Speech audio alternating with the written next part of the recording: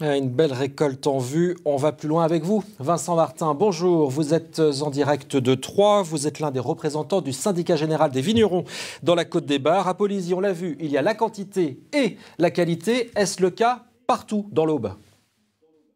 Ah oui, c'est général à toute la région de la Côte des Bars, y compris aussi de la Champagne. C'est vraiment une année intéressante et un peu exceptionnelle. On est vraiment très très content de ce futur millésime. Justement, certains parlent de millésime. Est-ce aussi votre cas ? Ah oui, tout à fait. Oui, il y a un très beau potentiel alcoolique, hein, puisqu'on l'a vu dans le reportage. Et puis, on a vraiment des raisins qui sont très, très sains. La vigne est très belle.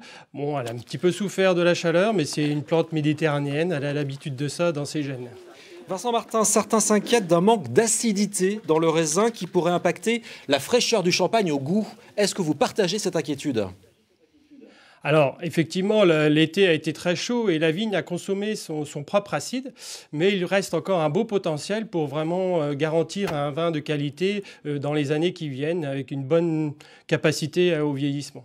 Bon, pas d'inquiétude si je vous comprends bien. Les quantités récoltables pour les vins de réserve ont été largement revues à la hausse cette année de façon exceptionnelle. Comment est accueillie cette mesure dans l'Aube ? Bien, j'imagine.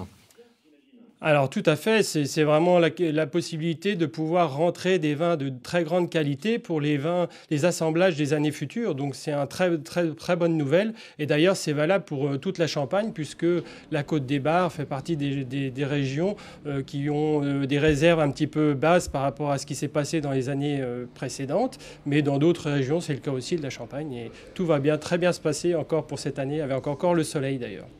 Le système du bon de livraison est expérimenté depuis cette année dans toute la Champagne. En clair, les maisons pourront plus facilement refuser le raisin s'il est jugé de mauvaise qualité. C'est une bonne ou une mauvaise nouvelle pour le vigneron que vous êtes ?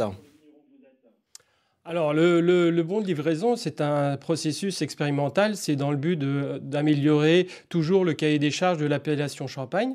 On n'est pas sur quelque chose de coercitif. C'est quelque chose qu'on essaie cette année. On va voir si ça réussit à améliorer, on va dire, le système de livraison au pressoir, puisque c'est quand même là que se crée un petit peu la transaction entre l'acheteur et le vendeur. Oui, et éviter les litiges. Les vendanges sont de plus en plus précoces. Est-ce que ça peut changer quelque chose dans la manière de vendanger, dans la façon dont on vendange ? Ah, tout à fait. Donc, il faut s'adapter. Hein. Donc, le viticulteur, le vigneron s'adapte en permanence à la nature, hein, puisque c'est un peu notre rôle et d'accompagner cette nature et de récolter le fruit de notre vigne. Bien sûr que ça évolue dans la façon de manager les gens. Déjà, le recrutement, c'est un peu plus compliqué de trouver des gens en plein été pour vendanger. Et puis, aussi les horaires de travail qui peuvent être aménagés, puisqu'on commence plus tôt le matin et on travaille moins l'après-midi pour éviter les grosses chaleurs.